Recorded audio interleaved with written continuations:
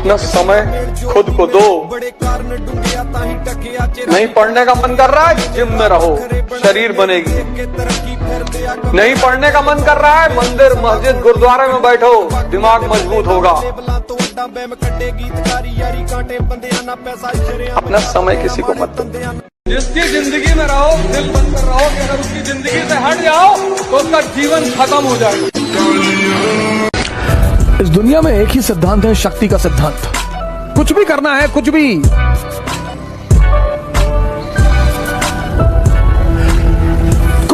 सेवा करनी है, शक्ति, भक्ति करनी है, शक्ति, हर जगह शक्ति की जरूरत है। इसलिए हर व्यक्ति की जीवन में पहली प्रायोरिटी होना चाहिए शक्ति का अर्जन, achievement of power at any cost. एक साल तुम ये प्लान बना लो कि मुझे अपना मेल्टिंग पॉइंट अचीव करना है, बदलना है मुझे। एक साल, 5 साल अगर कर लिए तो मेंबर ऑफ पार्लियामेंट, बहुत ज्यादा बदल जाओगे। तो 10 साल कर लिए तो भगवान प्रवचन कर रहे हो। कठिनाइयां कभी खत्म नहीं होगी। शक्ति तुम्हारी इतनी बढ़ जाएगी, इतनी कि मतलब तुम्हें छोटी मोटी चुनौतियां तो ऐसे लगेगा जैसे किसी ने तुमको कह दिया कि आज रात में तुमको उड़ाएंगे। तुमने कहा हो गए, तुम्हारा सर काट के काली को ना चढ़ाए तो IAS बन जाओगे, तो मिनिस्टर के घर में तुम्हारी शादी होगी। महाराष्ट्र का CM, डिप्टी CM दो पवार साहब, ये सब तुम्हारे घर आएंगे। उनकी बच्ची की शादी में SBI के क्लर्क आए थे सब। तो कैसे बर्दाश्त करे आज? इसलिए ये कॉन्सेप्ट शुरुआत से रहा कि कुछ भी बड़ा करना है, घर छोड़ो।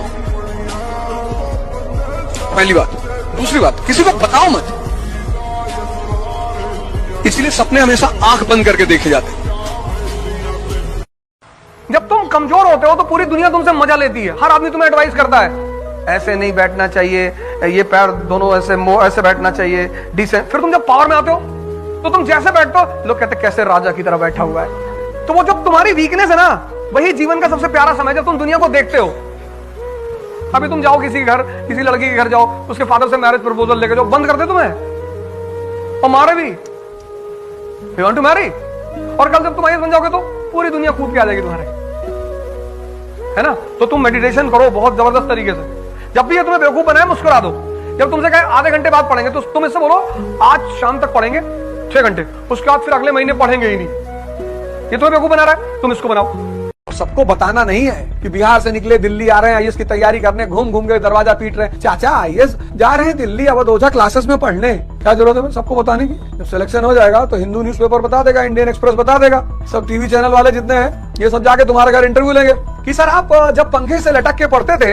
हाँ, मैं एक हाथ से पंखे से लटक जाता था और फिर मैं पढ़ता था, उससे मेरा कंसंट्रेशन बना रहता था। अच्छा सर। और सर, और मैं 28 घंटे पढ़ता था, मैं 5-6 घंटे नींद में भी पढ़ लेता था। और न्यूज़पेपर सर, न्यूज़पेपर मैं 7 न्यूज़पेपर पढ़ता था, 7। और तुम्हारा फालतू का ईगो इतना हाई है, तुम गरीब थोड़ी हो, तुम्हारा संघर्ष का समय है। हाँ, क्यों सबको बता रहे हो? क्यों सबको इतना ईगो दिखा रहे हो? सरल हो जाओ, विनम्र हो जाओ, साधना करो, साधु संतों से जुड़ जाओ, ध्यान साधना करो। एजुकेशन तुम्हें IAS से लेकर भगवान तक बना सकता है, इतनी पावर है एजुकेशन में। इसीलिए मैं डॉक्टर अंबेडकर को बहुत मानता हूं, बहुत। मतलब मैं जहां भी बोलूंगा, एक बार मैं डॉक्टर अंबेडकर का नाम लूंगा ही लूंगा। उसकी सिर्फ एक वजह है कि दुनिया में जितने भी सप्रेस्ड लोग हैं, सप्रेस्ड, वो आदमी जातिवादी नहीं है। और अंबेडकर जी को आप किसी जाति में ब्रांड नहीं कर सकते। वो आदमी हर उस आदमी के लिए सहारा है जो इस जीवन में अपना मुकाम बनाने के लिए स्ट्रगल कर रहा है। इस देश में आदमी पॉजिटिव कम नेगेटिव पे ज्यादा ध्यान देता है। बिल्डिंग बन रही है तो कहता है अच्छी तो है, एक झटके में गिर जाएगी। अरे जहां तुमने 10,000 क्वेश्चन सॉल्व किए बैठ के, कॉमन सेंस की मजाल है कि ना बोले? 100 बार ऐसे करोगे तो यहाँ दाग बनेगा कि नहीं बनेगा? हैं? करके आप देखो, 6 महीना यहाँ दाग बना रहेगा। शक्ति के बिना आप कैसे संघर्ष करोगे? छत्रपति शिवाजी महाराज, महाराणा, राणा प्रताप, ये सब कैसे संघर्ष कर रहे थे? शक्ति की वजह से। ये किसी से मोटिवेशन लेने नहीं जा रहे थे। मोटिवेशन मजदूरों के लिए होता, राजाओं के लिए नहीं होता।